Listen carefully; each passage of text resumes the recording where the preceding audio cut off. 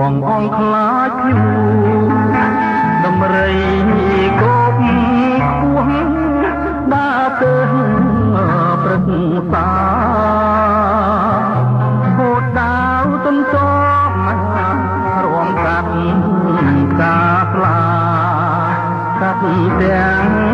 ស្នេហាកំសត់ខ្ទមស្បែក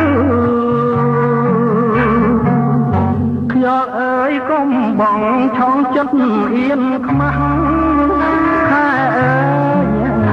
កុំរាំងនោះឲ្យឃើញផ្លូវពីដូ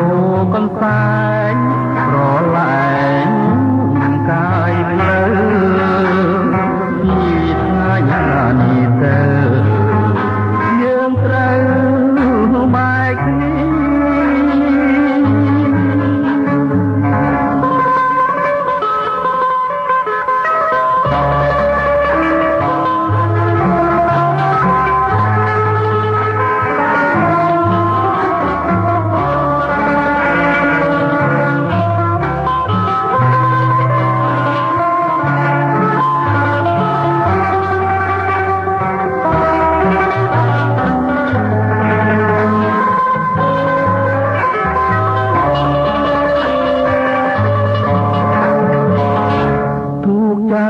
កំពុង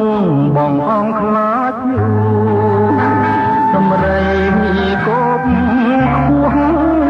ដើរទៅព្រឹកសាហូតដាវទុនត